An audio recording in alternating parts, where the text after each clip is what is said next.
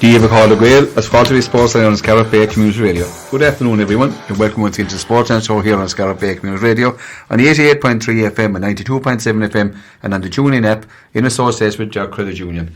And on today's show, it's hurling, and first of all, I'm joined as always by co-presenter Pat McNamara. We have special guests in the studio of Harry McMahon, Pat Maloney and Brendan Maloney. They're celebrating this weekend the winning of the Intermediate Championship no less than 50 years ago. First of all, Pat and Harry, last weekend the dream final, Pat, didn't happen. We were hoping it was going to be Scariff and Fecal. Yeah. And then hopefully we're hoping to have at least one. Unfortunately, we have to wait another 12 months. I suppose most hurling followers were hoping and praying for a Fecal Scariff final, and apart from the rivalry and the fun it would be for the neutral parishes around them, I think it would have been a great game, it'd been a great occasion, and East Clare needs to be lifted up. We're still looking at, we're still looking maybe like Castle of bad days, the bridge, and maybe, Aina Kildamonas and Kilmaleys and Balliers, of course. Champions go up to meet Clare at a different grade, so it would have been great. It was great for them to reach the semi-finals. In fairness, Scariff, I thought, inexperienced caught them on Saturday. I thought Crusheen were extremely sharp, played really good quality hurling, I thought, but it was a very open game, and Scariff probably failed maybe to get Mark Rogers into the game as they would have liked. But I think inexperience is a big thing there. Fecal Clonlara, again, we kind of figured that Clonlara were decent and a good side with the players they have, and they proved that. Fecal, I suppose, as Harry said off air, they're a bit disappointed, but not enough guys got into the game. That happens in semi-finals. Fecal have a fantastic record in the championship. We keep saying they have a small panel, a small peak, but yet they proved them year after year to be up there with the top teams in Clare and just take that extra step. So they'll be disappointed, and I think the dream final wasn't to be. And it just proves again how hard it is for the teams out in East Clare, current times, population-wise and having resources, etc., to match the big teams. So fell short, but look at, fair play to them, they got there, and many other clubs would love to be there and didn't get that far, but as it wasn't to be. Harry, it wasn't to be, in a semi-final, it is the worst place to lose, there's no doubt. Semi-finals are about just getting over the line, and when you get there, you want to perform. And I think maybe looking back in hindsight, both Scariff and Fecal will be disappointed with the way they played in the semi-final, given how well they had played in the championship up to that. Well, I suppose, first of all, it was great to get there, and it was great to see Fecal and Scariff there. But we still, both teams, and they know it, they have a lot to learn. Crusheen have been there before, Clonlara have been there before they got to finals. They've got to a few finals since 2008 when the last one was Clonlara. But teams still have a lot to learn. But to me, what's brilliant about Fecal and Scariff, and I'd love all Clare to hear this, they're small clubs. They don't have anyone from outside. They deal with what they have. They're at underage, they're assisted by other clubs, Kinena and Ogunlo, and but they're bringing their young lads through. And that's what it's all about. To be brilliant to get Fecal and Scariff back in there again. And I don't see any reason why it shouldn't happen. If the players can stick together, you learn. Every year you play, you should bank what you learn and move on if it doesn't work out, and be ready then next year again. You have to work fierce hard. In fairness now, I know from my own club, the players are ultra dedicated. County players the food, the grub, everything, the gym. Now I suppose they didn't work like we worked in the land back in the day. We didn't need any gyms, but those players are fierce dedicated, and you have to be at senior level because you will get nowhere. And we could also look at the games and say there weren't great games, there were this and that, and they are back from maybe the Tipperaries and the Galways. But by God, there's still an awful lot of work goes in to getting a team to a semi-final. And it wasn't.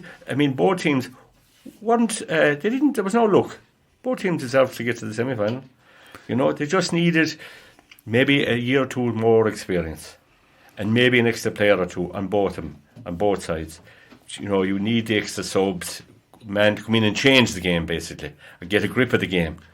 We don't quite have that in Fecal yet.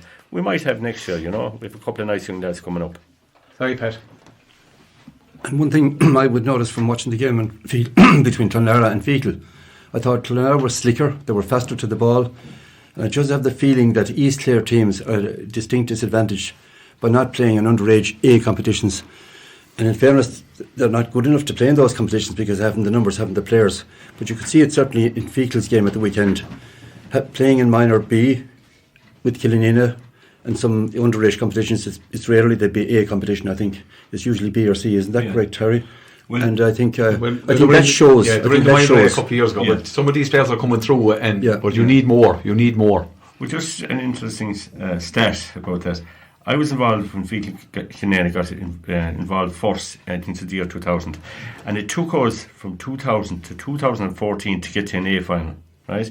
But it took us until 2017 to win an A final, and we won 2 of them that year. And that's the bulk of the team that we have now.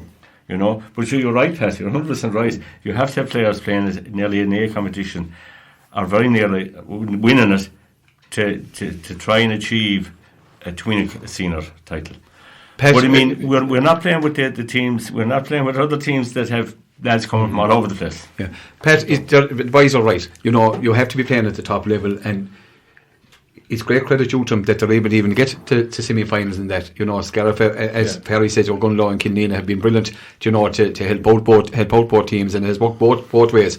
But the only way you'll improve is by going back there again, and Harry's right. The aim has to be to get back there again next year. As he said, the Clonlair and the Crushines, they're well used to, and even playing in Cusick Park is new for even the teams out this way. Yeah. You know, you're not in there that often. It's their second home, you know. Yeah, so, that's true.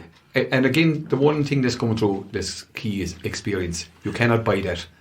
You can't buy experience, first of all. We'll go back to the A and the thing. I mean, the first thing is it's a numbers game, really, in many, many ways. And you see a lot of those top teams in Clare have second under 14 teams playing in C, second under 16 teams, maybe, and second minor teams, whatever. You know, Killanena and Fecal playing together have barely, they have the 15 and has a few subs.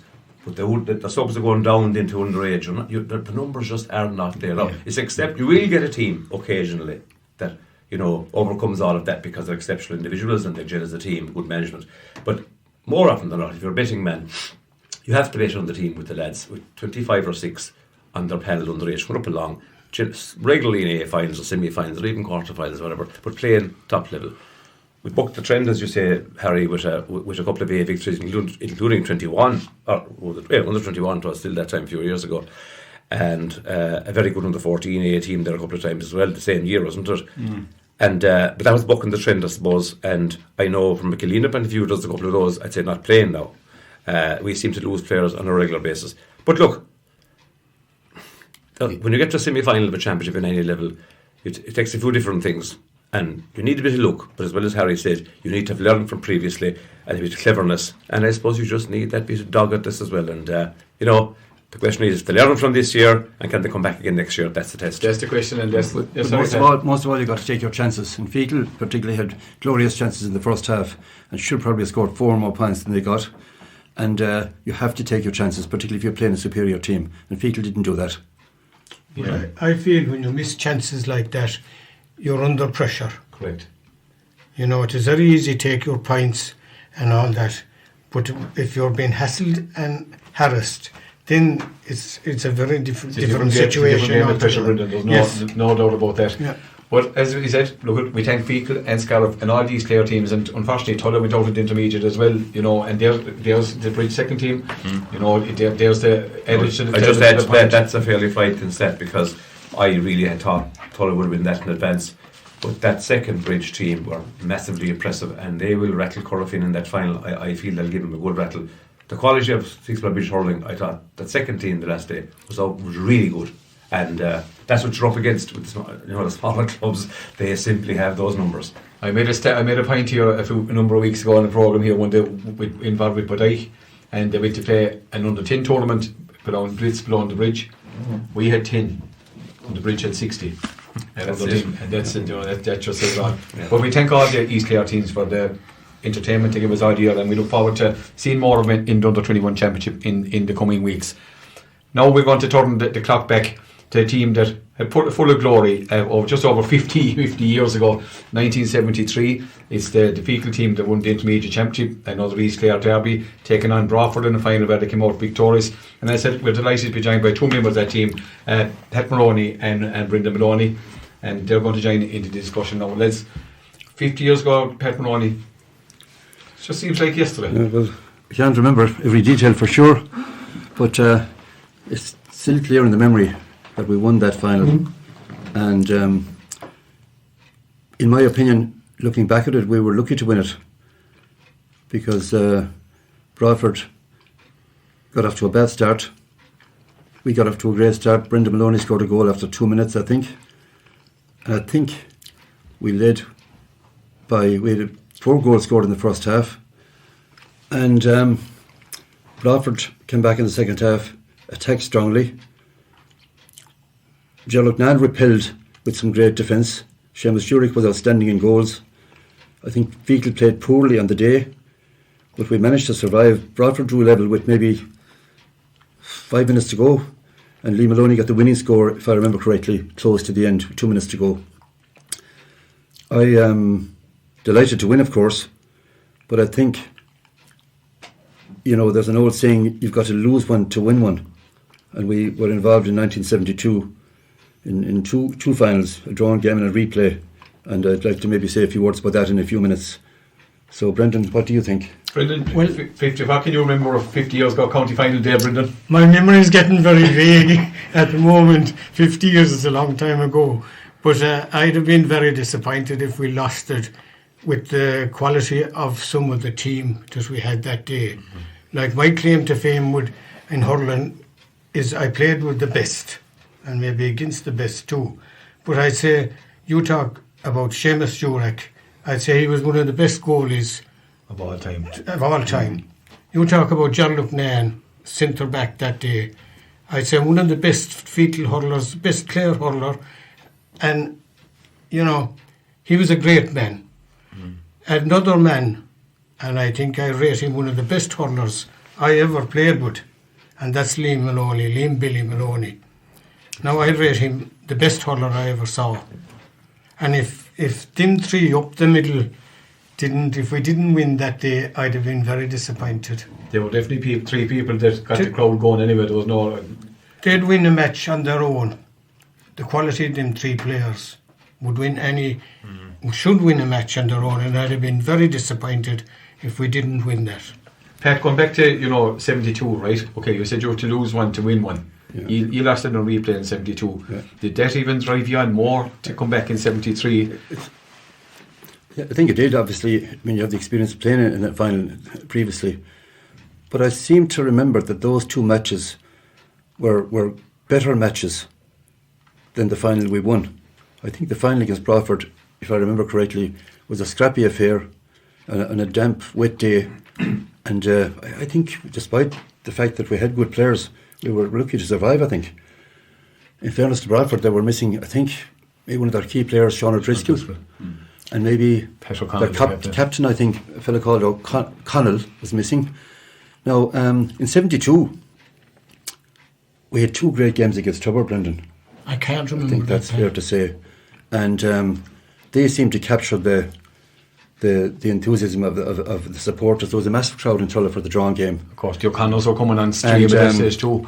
I have I looked up a few quotes from the Clare champion of those games, and it's interesting to see the reading, But Seamus Jurek was outstanding in both matches.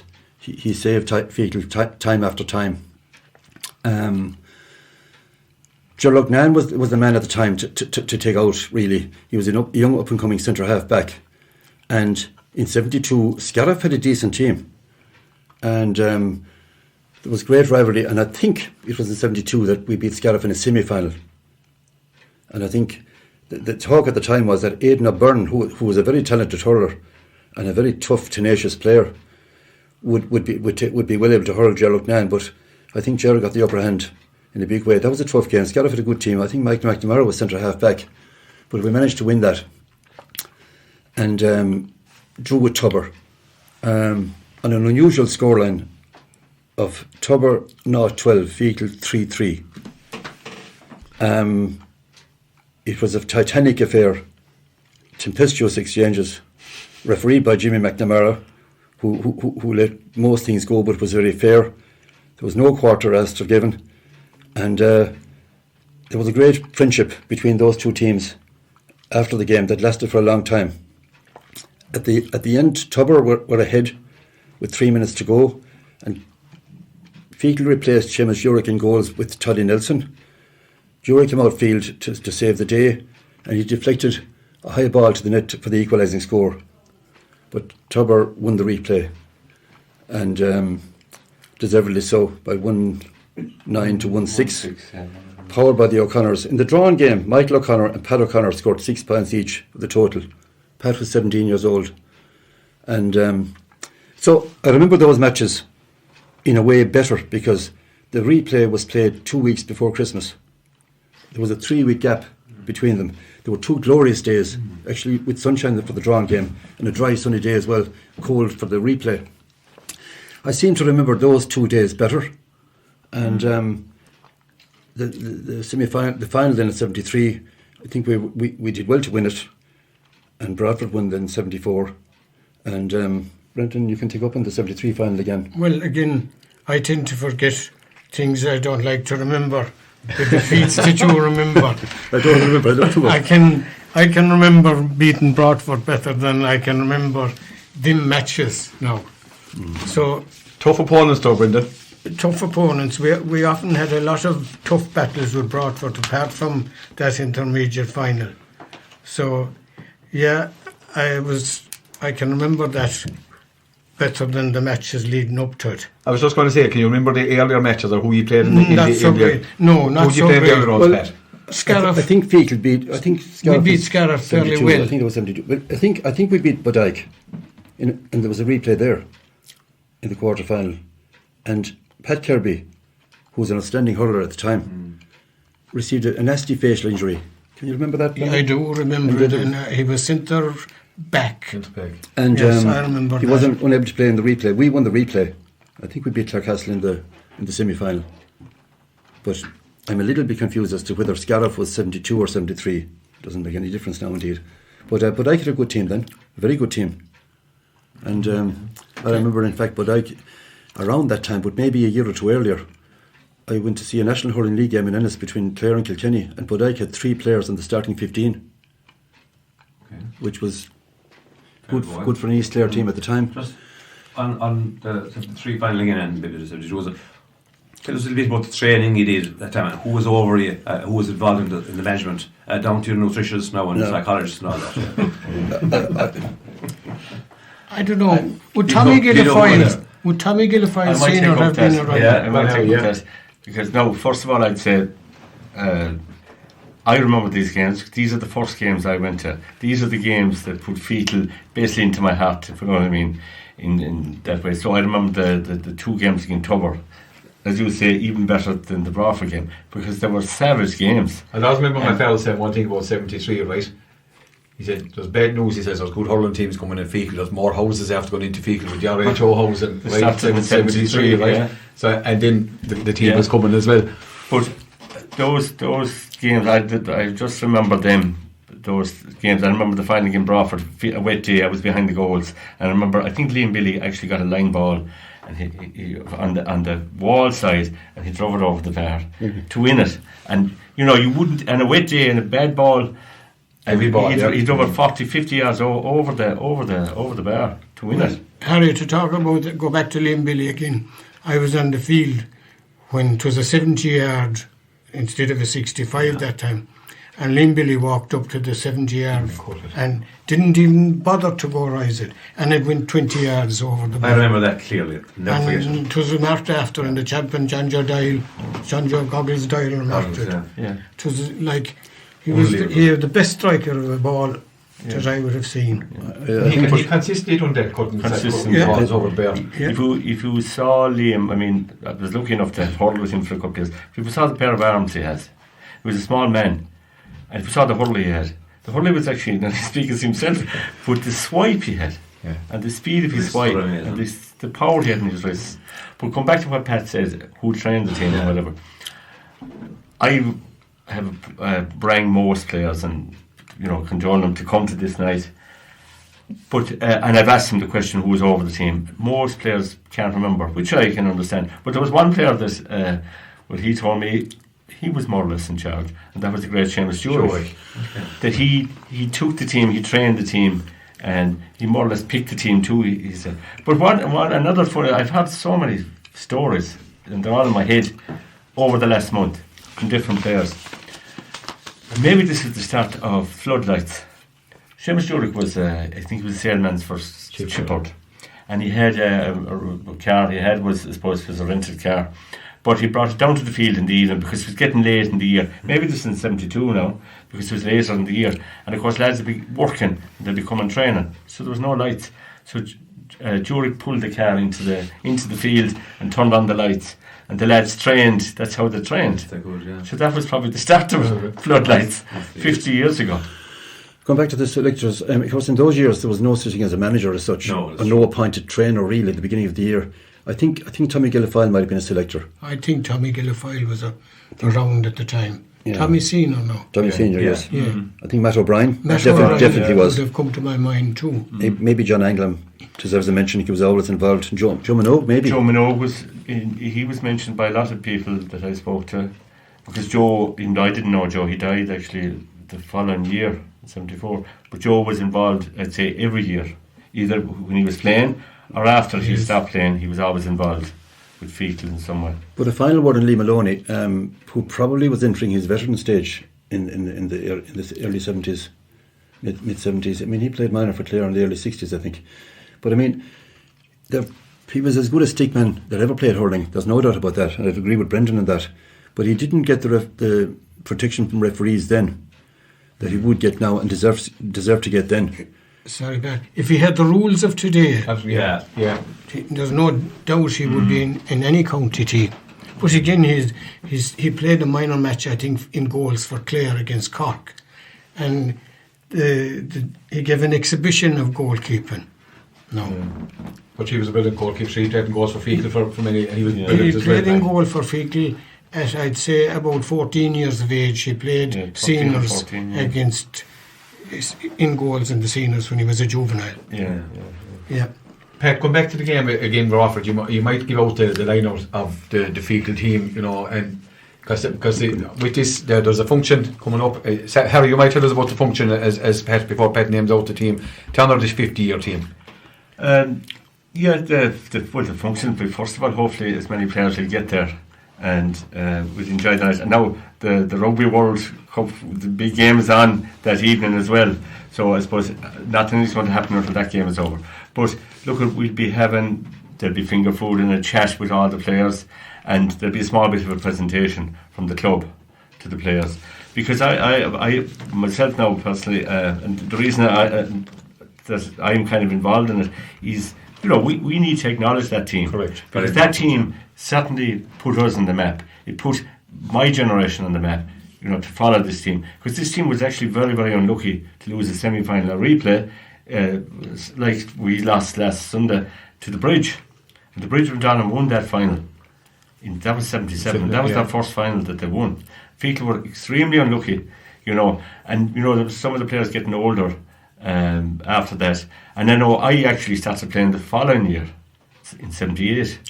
You know, so I would have played with some of these players. I played with Pat. I didn't play with Brendan now, but I did play with Pat in a few games. He mightn't remember me now, but I said, and I would say I was honoured to be playing with him. You know, a team you'd have seen when you'd be young lad, and then to maybe get a chance to play with him. You know, just take every chance you get. I can remember Pat and Brendan playing for Fecal. Two key dogs. If I'm not mistaken, and Brendan, I remember you playing for Chippard as well, you know. So I would see maybe more of you, but you were good corner forward. You were always there, able to get.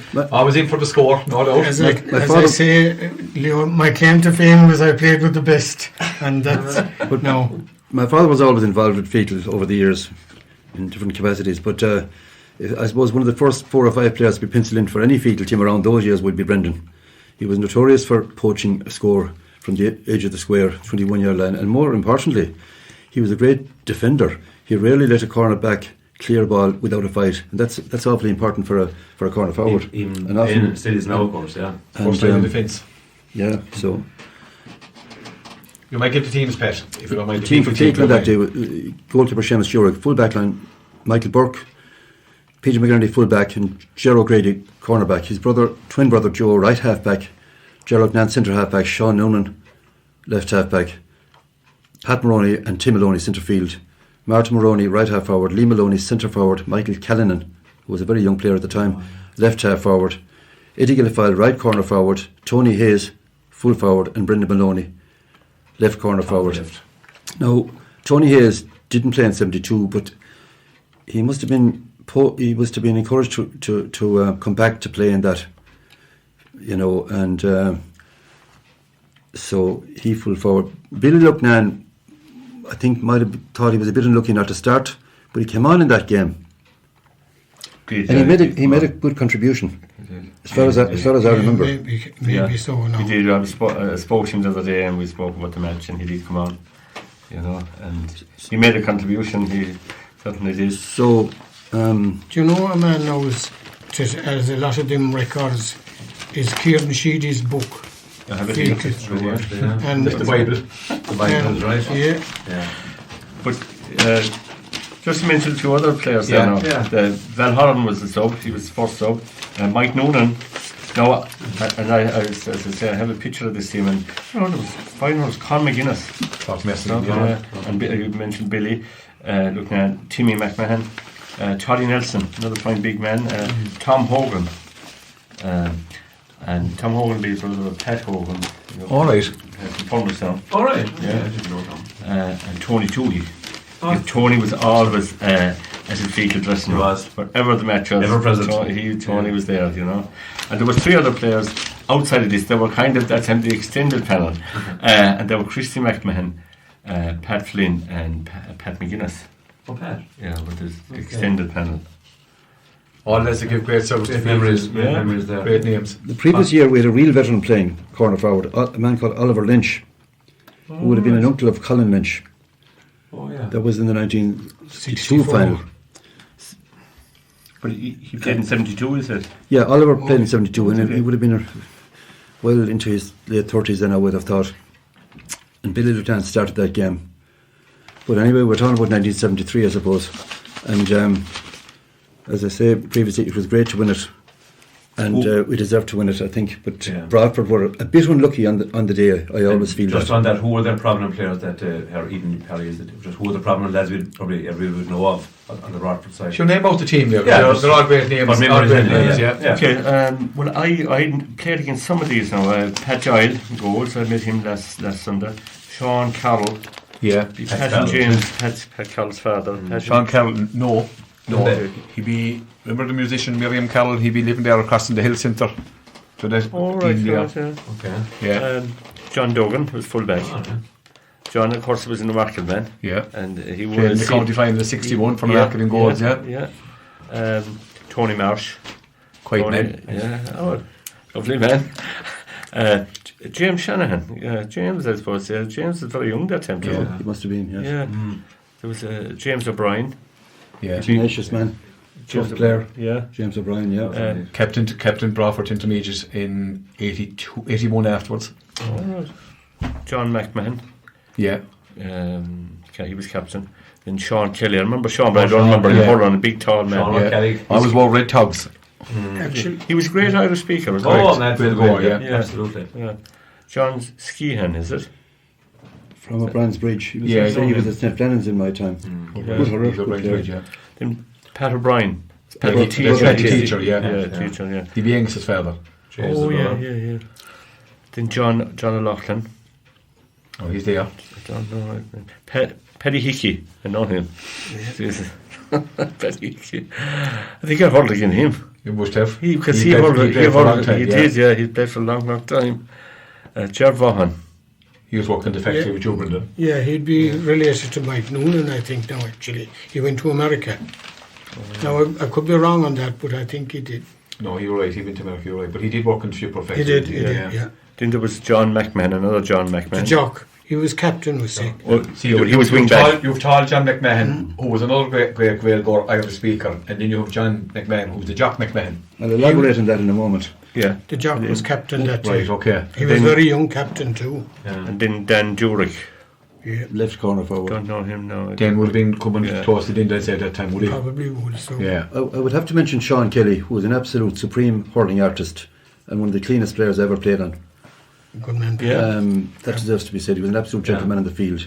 James O'Brien was a tough, fantastic, typical Bradford man, playing centre back that day. John Jock McMahon was captain, started left half back. I finished up marking him and had a very poor match, I have to say, in that final. But he was a tough player, not a nice man to mark, I can tell you. And, Good, nice way of putting it. there are my memories of the Bradford team. But Bradford, you know what, like Tubber and all the East Clare teams, I suppose, a great spirited crowd always. Great to keep the team going over the years. And in the earlier years, indeed, back in the 60s, they used to have ferocious battles with not alone Fecal, but with Scariff and Whitegate and anybody they met, I suppose. But lads, it's awfully important in my opinion. It doesn't happen half often enough. The teams like that should be recognised by their clubs on a regular basis and brought together for it to reminisce. Even forget about presentations or whatever. To reminisce, to chat, pint, a bit to eat, and just get together, have an old photograph, and meet each other for maybe that would be scattered. Okay, the core of the team might be around, but still have 5 or 6, 7 or 8 living far away. So our own club, Kilnena, doesn't do it half often enough. We haven't an awful lot to celebrate, but we have a few, and we've only done it once or twice. I think Fecal are fairly good at it, in fairness, at times, but it's very, very important. I think all clubs should look at it now that people have, venues of their own and good halls and whatever, or nice bars and the village, whatever.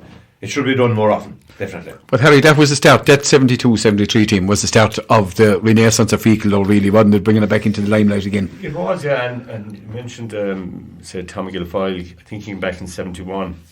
Everything kind of was in the mental part, started there. That's where it started. We won our first schools in 74. I won 2 schools, 74, 75. And that's where it started. You didn't realise it at the time, but it was. Tommy coming outside Scariff School around those years, looking for Kilnane lads who were around 16, 17 to play minor, because we had no minor team, I'd say. And myself, Ger Hoy, who else was in Scariff that time?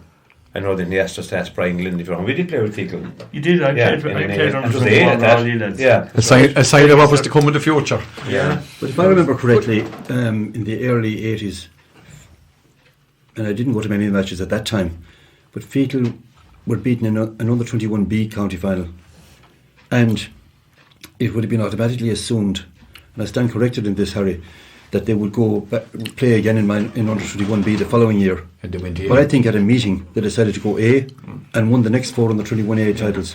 We were beaten actually in the minor B semi-final. We were by Tulla in 81. Yeah, You're right. Yeah, in 81. Maybe I'm referring to okay. And I remember the game. We played well, but Tulla were better than us. But anyway, we decided then, the club decided, or the players decided, that the voters, we spoke about this last year. We did, yeah. We'd go up and play A. And we all said, the hell are we at, like? But that's what's really got us in that next step. By playing in those, and I've often said it to players, especially at underage, of course you want to win. But if we didn't win, the experience of playing A hurling brings you nearer to senior. Goes back to the point you made at the very early stage, Pat, about the current senior team, and not getting enough experience at that level. Those 4, you won 4 in a row in the 21A. Is that correct? Yeah, and we got to 5 finals. And then that was a springboard for Fecal winning a senior title in 88. Yeah, well, it says by being in all those finals, right? You have more than just 15 players. You have 20 players, or maybe a few more. Then we had John McNairn and those older players as well, still there. So we had a core of 25 very good players, and we all know that's what you have to have. You have to have it, yeah. You have to win senior. But even if we don't win underage, once you're trying to get up there, and I do think, and I'm not trying to boast about Fecal, whatever we do, we always try and play at the top that we can, because it does bring you forward. Brings you forward in a big way. Pat, come back, to the 72 and 73, and that brought you into senior ranks, right? And you were more than, as you mentioned, Bridge beat them in the semi-final. It was 77, sure, yeah. Like, you were more than competitive senior. And the crowds that went to Dr. Tulla on those Sundays, Brendan, to see especially these Clare teams, but you know the crowds were unbelievable. After that was 73. Well, Fecal went to a cup final against 6 Mile Bridge in 76 in Tulla. 6 Mile Bridge were amalgamated with Shannon at the time, and I remember Jim Corr was in goals for Shannon. Good goal he was too. A good goal. Played for Ulster. He was Antrim, But like, we were in hard luck to lose that final. But they wouldn't, you know, and that evolved from that intermediate team in 73. Yeah. You know. It's hard to believe that 6 Mile Bridge won their first ever senior title in 1977. No, I think, I looked up the record, I think they won the intermediate title in 71. Tubbert 72, Fecal 73, Alfred 74. Tobermave in 75, I think they regrade. In those years you could regrade, you didn't have to stay. Nowadays it's based on relegation, isn't it, in promotion? Yeah. But Fecal had a decent team. They always reckoned they would have won the final, but that would be unfair to O'Connell's Mills, who were a decent team also at the time. But 6 Mile Bridge won their first ever title then. They beat Fecal in a replay in 77. As regards Fecal, any time Fecal had a good team though, and it goes back to preceding, we mentioned a man earlier before the meeting called Jimmy Conroy, who was a guard based in Fecal at one stage. But the Fecal team of the 60s was powered by Jimmy Conroy and Dermot Sheedy, two outstanding inter-county players. And after that, I mean, leaving Lee Maloney aside, he was a county player in his own right. Gerald Dan and Seamus Jurek were outstanding. And again, now we have Adam Hogan on the team and the goalkeeper. And you always need a few county players. It makes a big difference, I think. You know. Yeah, you have to have the stepping stone, don't you? And Jurek and Loughnane were just absolutely. But that Fecal team, there was no weak link on those Fecal teams. I remember watching you when you were coming up, and I remember yourself, Brendan, and Conor forward. You know, you were always good for a score, set up a score or whatever. They were good. You were a good team. Everybody had their role to play. Now in 73, and I think that time too, there was more members. You had to compete for your position, whereas now I feel now the lack of numbers of that standard. Take Fecal, they haven't the panel to make players compete for their position. Well, we haven't, but I think there's something about your own club. That's what I think. I know, of course, we want more players, but when I look back to the Fecal jersey in 73 and I see the photograph, to me there's nothing better than the Fecal jersey. And I know what Pat said earlier on about the away jersey. You know, Fecal people walking in there saying, "What's this jersey about?" They wouldn't know, they wouldn't cop on, you see. But there's nothing nicer to me than looking at that Fecal jersey. Initially, I was wondering when they take off these tops. You know, it's training tops. Initially for a minute or two. Another factor that emerged in 1973 was the Fecal Shamrocks. I remember being at a meeting, I'm not sure was it an AGM or an EGM, at which there was a certain amount of division. A leading number of the players wanted to go senior, and that was the ambition and that was the entitlement. It didn't ever really take off. There was only 1 year of it. Fecal Shamrocks, I think, was based with Fecal, Bodyke and Tulla. Yeah. Was Tulla. But in 71, I think there was another amalgamation between Fecal and Bodyke. Fecal and Bodyke is the one. Really? In the book now. Right. There was 1 year of it. But the funny thing about that was only for championship. And what name did they go under, Harry? Barrow was it or something? Right, okay. Something like that. No, can't remember that. I read it here the other day now. But the funny thing, didn't Fecal play Bodyke in the cup? And I think Fecal won it by a point or two. So you had two teams playing each other that were playing in 2 weeks later with each other. You see, it takes a long time. It takes a while for a team to gel together, you know. And then in 73, they played a few games. Not everyone was behind it. 3 clubs, not easy. I didn't know until now there was 3 clubs. I always thought there was 2. Well, I thought that the Barrows, Brian Barrows, were Fecal. No, that was Tulla, Bodyke and Killanena. Yeah. But I can't remember Fecal being involved with 2 other clubs. I thought it was Bodyke only with the Shamrocks, to be honest, but I thought it was. I was talking to Joe Brady about it. But you see, it didn't go anywhere. because Fecal won the intermediate. Fecal won and won You senior. know, See, and they finished that. All right, yeah. They were. That was the year they were there. And then Brian Bruce was formed. That's right. And Yeah, That was probably part of the reason it was formed. So they won the county final in 75. 5, yeah. Pat, you're talking about great names. You're talking about Seamus Jory, Sherlock Nain, and those Liam Maloney playing with Fecal, along with many others. Who were your icons or the players you looked up to? Or were the hardest players you taught to mark in your time from the other clubs around? I remember, again, I was involved from a young age, being at all the matches. I actually remember the 1958 county final, which Fecal were beaten by St. Joseph's. But Fecal had a very good team in the early 60s and won a Clare Cup in 1964. Yeah. And were very unlucky not to beat Newmarket a few times. Newmarket had a powerful team. Yeah. They had 7 or 8 or 9 of the Clare team at one stage, and they won. Newmarket won 13 titles in 19 years between 1963 and 1981. But I think they won 2-3 in a row. But Fecal came up against those teams. But I remember one year distinctly, and I was away in college in Flanagan and that. I missed a lot of it. But there was one game we played Clarecastle in the first round of the championship, 1967, I do believe. And I would have been very, very young. I think I wasn't 17 at the time. And Would you believe my father retired from Wycliffe that year, 1967. That was the Leicester he played for. I remember him playing well too. But anyway, Fecal were missing about 6 or 7 players for one reason or another, right? And they had to put in a number of young fellas, including myself. And Clarecastle were a fairly serious team at the time, I can tell you. And I was picked centre field. I was a light, skinny fella, and was fairly nervous now, I can assure you, approaching Clarecastle. But we had Dermot Sheedy centre back. Superman. And I remember him coming up to me just before the throw-in and put his hand on my back and he says, "Pat, don't worry," he says, "I'll mind you. Just one thing, let the ball go when you get it." That was the trend in those years. Yeah. But of course, in front of me then, centre forward, was another formidable man, Tony Hayes. Yeah. So I felt pretty safe. But of course, we were well beaten in that match. And I don't think I did very much. But anyway, I remember Dermot Sheedy was a powerful man. I mean, he hurled ball and players out before him. He was outstanding. The displays he gave for Fecal, Brendan, there were, you remember all that? I do. I think Dermot Sheedy would have been the most loyal Fecal man.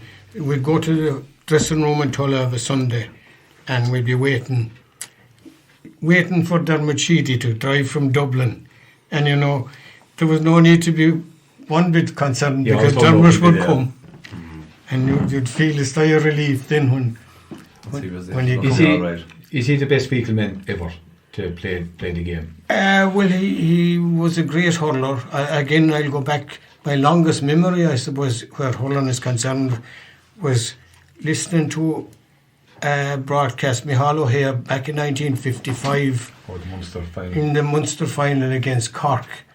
Dan McInerney was on, Mike Hayes was in goal. I was 9 years of age, and I listened to Micheál O'Hare, Dermot Sheedy, and your man from Rowan, Jimmy Smith. Jimmy Smith. They were the centre field. And I never dreamed that I'd ever stand in the field with the likes of Dermot Sheedy. No. He was a colossus of a player. He really was. But to compare him, you see, then Sherlock Nain was a colossal athlete as well as a great hurler. Seamus Jory, but two Fecal men that I would have to mention was Jimmy Lynch, one of the best wing backs I would have seen, and another great man, and he's still with us, Hawley McGrath, was as good a corner back in my opinion as would have played the game. Great names. Before you finish, Brendan, Pat answered the question already once. Our two names.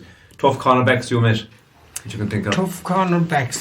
Effective. I'd have to go to Whitegate. Because you would have played with these as well, playing Interferon. You played with good hurlers in Interferon with Chipboard as well. I did. Seamus Shinners and the likes of him. They were great hurlers. But I'd have to. The toughest battles in my short senior career was against Whitegate, Syke Clary. That Tom Fahey was another man you'd hear it. And you worked with him as well, sure. Yes. He's off Tom. You'd know you had a bit of a root got. Yeah. Yeah. So Tony Marsh was pretty hard too. Yeah. Reputation of being hurling, yeah. So I think in fairness, all teams, I mean, it was different hurling. Yeah. It was a different game, a different again, era. All the teams were hard. That cup final against Tubber, I think I was on corner forward for a half an hour. Taff was his name. By God, he gave me a tough half hour. Still there. He was a big, strong man. The And George, the the Eamons father, George. I don't know, but the style, the rules were different, and this third man tackle, the ball would be coming in, and you could be put flying. Yeah, I have good memories of the 72 final. You know, there was more excitement, and excitement was to follow because the Tubber boys brought the cup to Fetal on the Tuesday after the match. This was 2 weeks before Christmas to Lena Hanrahan's,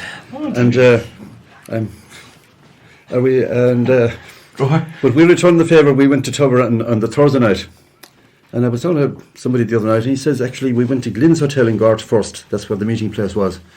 But we were put out of there by the Gardaí at a late hour, and we finished up in O'Grady's pub in Tubber.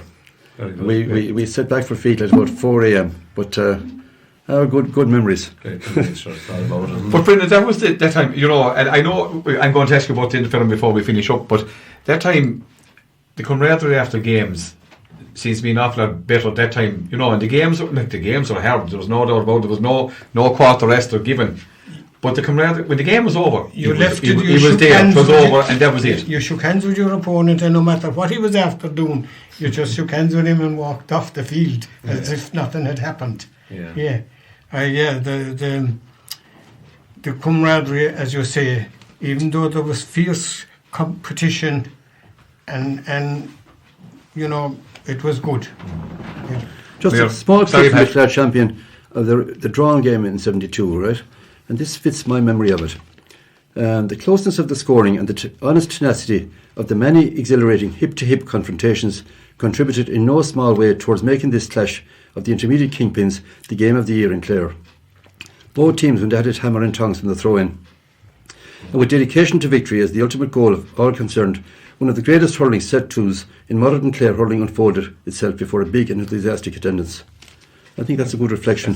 That's why I have a very good memory of that. The Broadford game, not sure. Who was it? Sean King. Sean King, actually. Sean King. Yeah. Comes to my mind there now, yeah. He was the right to the champion before Seamus. But Pat, even that time, you know, when we were young lads going up, I know you'll be ahead of me now, but well, the games in Tulla that time, you know, the crowds, that was your Sunday, and it was always 2 games. If not 3, if not 4. Yeah. But you always got good games, and especially you wanted to see these teams time on because you got good entertainment. Whitegate, Fecal, Broadford, the Mills, Killeen, we might have been junior more of those years in the 70s for sure. We won the junior in 77 and went up intermediate. Joseph's used to be out there as well for intermediate games, Clooney, you know. But Fecal, Broadford, the Mills, Tulla, Whitegate, all those teams were playing in Tulla. And as I said, you go there for 2 or 3 games, and as a young lad you go down and get the 6-penny ice cream at the late, you ran there from the shop down to the top, the blocks of ice cream, and you're away for a pair of 6pence and got your ice cream, and you back up the hill again to upset in the grass. And it was mighty. No question about it. Great memories of all these players. Brendan, I have to ask you about the film, right? I know you mentioned Seamus Shinners and that, and you won in All-Ireland with Chip against a couple of the greats, Kilkenny greats. Well, the one I remember, the final was against Noel Skehan was in goals. Smithick's from Kilkenny, Smithick's, and it was down in Bansha. And I remember Shinners playing in that. And again, it was nearly dark. We were 2 points down. And again, I'll have to mention him, Billy Maloney. We got a 21-yard free, and I'd say Skehan didn't see it. Yeah, amazing. No. There was another man playing for Kilkenny Hurler that day, and I can't remember who was on him the same day. It was Chunky O'Brien. Yeah. And he was poor on the same day. I remember he was poor. You'd expect more of Kilkenny Hurler, but I can't remember who from Chipper was on him. But I remember that day. I remember that evening, bro. And the late John Maloney was the man to referee the match. Actually, that's right. He was from Banshire too, I think. Yeah, but that was a super win for Chipport at the time. But then there was fierce competition that time. Interferum was a big thing. Yeah. Shannon Diamond. There was Shannon teams there, and they were pretty good. The outlet for all the county players to have another cement team to factory in Limerick. And actually, you know, the hurling would help you get the job at the time too. Because I'd have to nearly give Tom Fahey the credit. I was after coming back from England, and I had no intention of going back to England. And I went into the factory to go look for a job, thinking, I'm wasting my time. And I'd say that evening it was Tom Fahey sent me, notice that I had a job got. And I'd say it had a lot to do with the hurling at the time. But doesn't that signify everything about the camaraderie in hurling and in GA, Brendan? Exactly. You know that you were great rivals, and he was one of your biggest toughest of all, and then to come around and like Dan O'Dyle, your uncle, Tom Fahey, I played with all them, played with them, but I played oftener against them. Yeah, and when you did play with them, it was like as if you never had played against them. Yeah, that's an interesting point. Yeah. Pat, what's your thoughts on the current game? The way the game is played now compared to the game during your own time. Well, of course, it's different now. It's more open. Refereeing is more strict. Players are more skillful. There's no doubt about that, and they're fitter. I mean, some of the games we played in hindsight, and I can refer to myself in this, I don't think we were as fit as we could have been or should have been at the time. But there were different reasons for that. Working away and not being available for training sessions.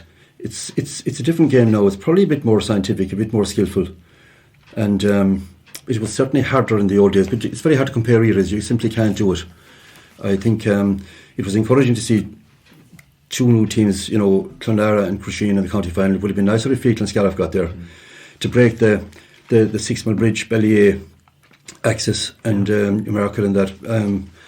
But looking forward, it's going to be very hard for an East Clare team to win a county senior hurling title. I think Scariff look to have the better younger players to do it, and hopefully they can, because I would have loved to see Fecal were beaten as they were, but Scariff played first, of course, on the Saturday. I would love to see Scariff win a county senior hurling title, which would be wonderful for East Clare. Despite the rivalry between Scariff and Fecal, I certainly wouldn't have any of that in me. I would be shouting vigorously for Scariff if they got to a county final, and. But next year, maybe. I think you have good prospects and young players coming up in the forwards particularly. And I think maybe Crusheen got a head start in this match last Saturday. Yeah, Brendan? I think players are a lot fitter now than they were. Gerluck Nairn, I'd say, could be credited with bringing a level of fitness that was not there before. Yeah. You see, when he done it well, they had to. Every other team then had to do that, and it's nearly professional more now. The training that goes in now to county teams as well as parish teams. Yeah, they're nearly professional. It is a change from Shane Maturity driving the car in to turn on the lights. It is. And again now, when go back into the 60s, 70s, you played your position. Yeah. Now it's nearly like Barcelona playing soccer. It's tiki-tack. Yeah, it could be anywhere. And you could be anywhere, and you'd be expected to be anywhere. Would you like to play the game as it is now? Or would you? I'd have loved to play the game it is now, because I wasn't a very big, strong man, and playing corner forward or wing forward. Often so you're playing centre forward too. It was very physical. Yeah. No, and you managers then, I think you played your position, and if you played corner forward, and if you weren't in your position and the ball went wide, Could be it. and you'd be better off roaming around and picking up balls. Would you like to be playing now, Pat, in the way the current game is? I would, and one of my regrets was that I finished my last senior match for Fecal was 1977, and that really was because I qualified in Galway in 74, and I was working away in hospitals and doing a lot of on-call at weekends. In those days the rotas were very, very severe. Give up training really, possibly socialised a bit too much, and but I do believe if you're light and fit, there is no reason why you can't play club hurling, provided you don't miss a year or two. You can't afford to do that, but there's no reason why you can't play club hurling until you're maybe 38, 39, 40. And Jerry O'Grady from Crusheen has proven that last Sunday. Absolutely. So, one last question to you, Pat. Who was the biggest influence? And look at obviously your late father had a major influence in your hurling career. Who else would you say will had a major influence in your career growing up? That's a good question. I mean, my dad had, because I was listening to hurling all the time. I know when Tommy Gillifoyle came back from New York to live in Fecal, he did an awful lot of work for Fecal hurling. I think in the training field, and again, it was away a lot, both in Flannans and in Galway. But I do know when Gerald now used to come to the field on a Sunday, he was an inspirational man to have around you. And even when it came to organising, when we got bored from hurling, he'd organise soccer matches. But he was a leader. He would have been, and Seamus Jurek was on the same mould, I would say. Hard to know. In Flannans, a man called Father Seamus Gardner, who's now a retired priest in Portroe. Am I leaving out anybody? I mean, as a player, Dermot Sheedy, but Dermot Sheedy was a big influence. Yeah. Well, I would say... Same question to you. I would say Denjo Maroney and young John Nocton, if you ever heard of him. Indeed. They were training that 64 team. Dermot Sheedy then would have been a big influence on my hurling. That team, actually, that 64 team, they all had an influence because they were... You would feel, as Pat said, safe going out with them. No. Pat, look, it's 50 years since he says, you know, and looking at him, it's hard to think that it is 50 years ago since they won an intermediate championship, but they give great entertainment, not only to Fecal people, but to all East Clare and all Clare in general. They were a brilliant team and went on to be very, very unlucky not to pull the senior championship at that time. Absolutely. I mean, Fecal, to their credit, I think it's one of the clubs in Clare, not just East Clare, that gets the most of the players they have. And by that I mean there's a fierce dedication, there's a fierce love for the game in Fecal, there's savage dedication there. Any player that starts playing with them stays with them nearly always. Okay, there might be always exceptions, but you know, other clubs seem to lose players for various reasons. And I always feel Scariff or Fecal bring great support, and the players kind of are very united to me, looking on as a close neighbour. And look at those lads. I said I was at that 73 final. I can remember little bits of it. I can remember Sean Noonan with long hair, and I can remember the headband. Yeah, and the headband. And but you're right. Tulla was the maker at that time, and Fecal contributed so much. And as you said, when they went up senior, they were well capable of playing senior because there's always kind of a senior attitude in Fecal most of the time. Anyway, they want to be senior. Harry said they want to play A, and I think that's reflected in the way these lads played. So, you know, I hope they'll have a great night when they get together because they deserve it, and I hope they'll really enjoy the evening. Harry, the stories have only started here. You know, we've only got a small synopsis of what the story. You know, there's a great night ahead. To the pity that rugby match should be changed to earlier to facilitate what's going on. I don't see any reason why it shouldn't. And many thanks, and thanks to you for organising the bison tonight, Harry, as well. I'll say, nights like that don't happen by accident. The likes of Harry create nights like that, and without the likes of Harry, they will not happen. So thanks to you, Harry, for that. Somebody mentioned to me the other day, actually, that of that team, 50 years is a long time, but all of that team are still alive and well, except for two. Mick Burke has died. John Gilfoyle. No, he wasn't on that team. Actually, 22, he was a sub, and he passed away. Mick Burke has died. Con McGuinness, of course. But just on that now, before I finish up, this and last year I was kind of half giving up because there was no more organising our night. But it is my pleasure to organise this night for these lads, because I'm not part of it. Because you, as I said last year, you feel wrong when you do it for yourself, but it's my pleasure to do it for these guys, and just to let them know that we haven't forgotten them. And I remember them. They gave me the graw of what we have.